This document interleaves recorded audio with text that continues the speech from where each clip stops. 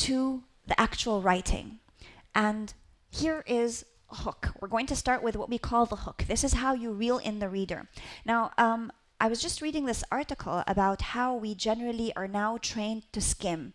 It's because we're reading in hypertext all the time, our eyes are trained to skim rather than read carefully. This is a really important skill, but unfortunately sometimes it carries on to areas where we should be reading with a little bit more focus. That makes hooking our reader very, very important, because it falls to us now as writers to make sure that the reader stays with us, that they say, wait a minute, this is the paper I'm not going to skim. This is the paper I'm going to read very carefully. The structure, again, this is another reminder, no more than 3 main ideas. There's no space for repetition here. So editing is key, and I'll talk about editing very, very soon. The content. One of the things that you'll want to do is to be very specific when you talk about how your life connects to the program. One of the things that you need to consider is your tone again. So if what you're going to say is, I would like the privilege of studying at your honorable institution, I would really remove that. First of all, it doesn't say anything. Second of all, it doesn't really convey who you are. I mean, obviously, we want to study in these places, but at the same time, we have to have logical reasons for it. This is a very emotional link to the place that I'm not quite sure is going to be helpful, because your audience is somebody who, again, has read a lot of these, but they're also probably an academic themselves, and this is not going to take you very far. So all the flowery sentence, it would be an honor to do this, and it would be wonderful to do that, and I'd love the opportunity to thrive here, that's one of the first things that needs to go. Does that mean that I have to appear unenthusiastic, like, yeah, I mean, if you take me, you take me, you don't take me, it's okay? No, not really.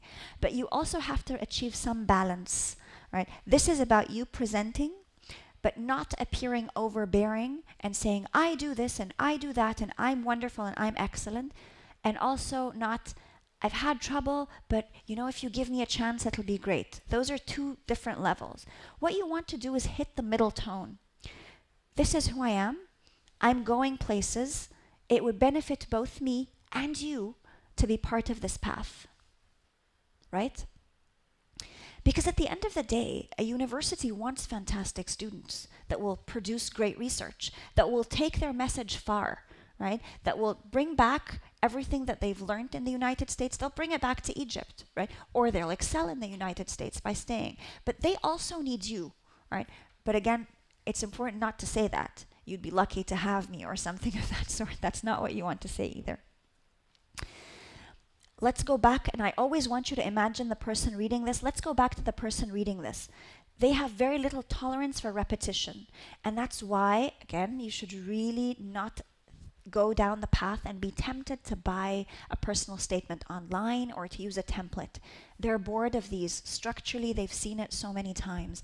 But they also want you to be concise.